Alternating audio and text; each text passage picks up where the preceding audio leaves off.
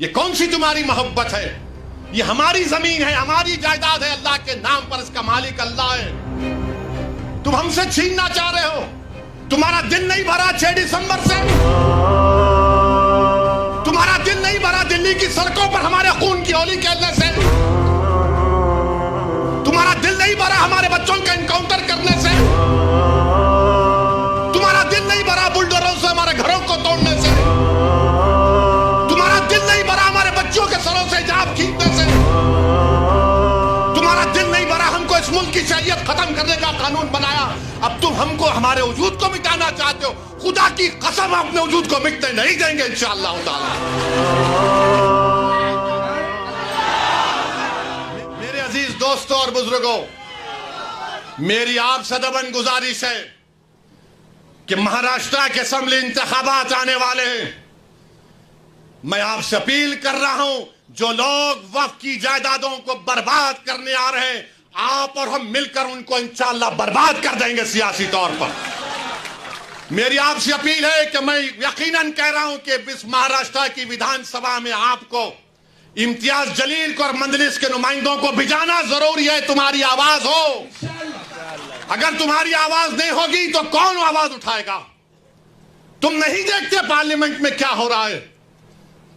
تم نہیں دیکھ رہے پارلیمنٹ میں کون پکار رہا ہے دیوانوں کی طرح؟ کیا تم کو نظر نہیں آ رہا کہ کس کے کلیجے میں، سینے میں، کس کی آنکھ میں آنسو ہے جو تڑپ تڑپ کر دیکھ رہا ہے کہ میرے بربادی کا قانون میرے آنکھوں کے سامنے بنایا جا رہا ہے؟ کون ہوگا تمہاری آواز کو؟ چھوڑو ان چیزوں کو، کبھی اپنوں کو بھی تو اپناؤ، کبھی اپنوں کو تو سمجھو۔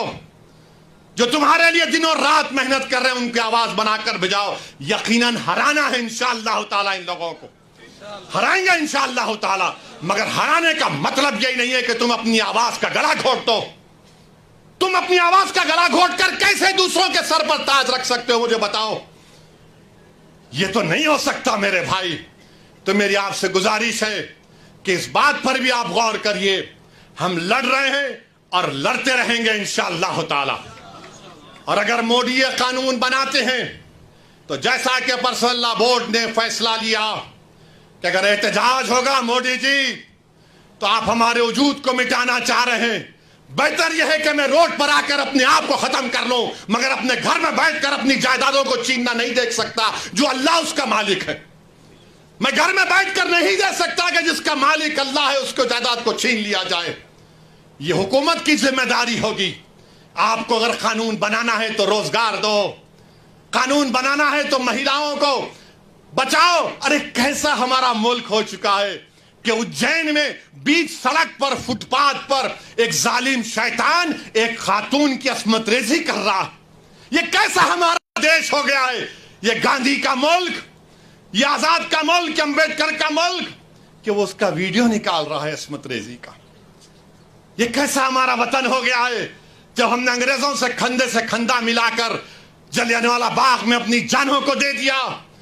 ہم نے کالا پانی کی سزائیں ہمارے ہندو بھائیوں کے ساتھ کی۔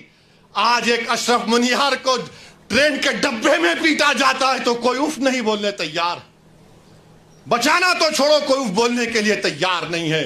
یاد رکھو، جب آپ اپنی لڑائی نہیں لڑیں گے کوئی تمہاری لڑائی نہیں لڑے گا۔ تمہاری لڑائی تم کو لڑنا پڑے گا۔ تم 70 سال سے سوچ سوچ کر دھوکہ کھا چکے ہو کہ کوئی اور ہماری لڑائی لڑے گا۔ نہیں میرے بھائی، تاریخ مگر نام لکھا جانا ہے تو یہ وقت ہے اپنی لڑائی لڑنے کا۔ یہی وقت ہے اپنے ووٹ سے اپنے نمائندوں کو اورنگ آباد سے بھجانے کا۔ تو میری آپ تمام سے گزارش ہے کہ آپ پرسنل لا بورڈ نے جو آپ کے سامنے بات کہی ہے، آپ جوائنٹ ورکنگ کمیٹی کو اپنے اعتراضات، اپنا پروٹیسٹ ای میل اور پوسٹ کے ذریعے بھیجائیے۔ 15 سپٹمبر آخری تاریخ ہے، اور اللہ سے کثرت سے دعا کریے کہ پروردگار تو ہم کو زندہ رکھ کر یہ نظارے مت دکھا کہ ہماری زمینیں جس کا تو مالک ہم سے چھین لی جائیں۔ اللہ سے ہم گر گڑا کر سربسود ہوئے، سے گر گڑا کر بھیک مانگیں، اتحاد پیدا کریے۔ یہ قانون نہ دیوبندیوں کے مفاد میں ہے، نہ بریلویوں کے مفاد میں ہے، نہ اہل حدیث کے مفاد میں ہے، نہ بوری سماج کے مفاد میں ہے، نہ اثنا عشری شیعہ کے مفاد میں ہے، نہ آغا خانی شیعوں کے حق میں ہے، کسی کے حق میں نہیں ہے۔ یہ صرف اور صرف موڈی جائیدادوں کو چھیننے کے لیے قانون بنا رہے ہیں. اللہ ان جائیدادوں کی حفاظت کرے. اللہ ہم کو اتنی اتحاد پیدا کرے کہ متحدہ طور پر اس قانون کو روکیں, اور اللہ سبحانہ و تعالیٰ ان ایسے حکومتوں کو, ایسے پارٹیوں کو اللہ سیاسی طور پر انتخابات میں ان کو شکست دے, بدترین شکست دے. وآخر دعوانا الحمدللہ رب العالمین.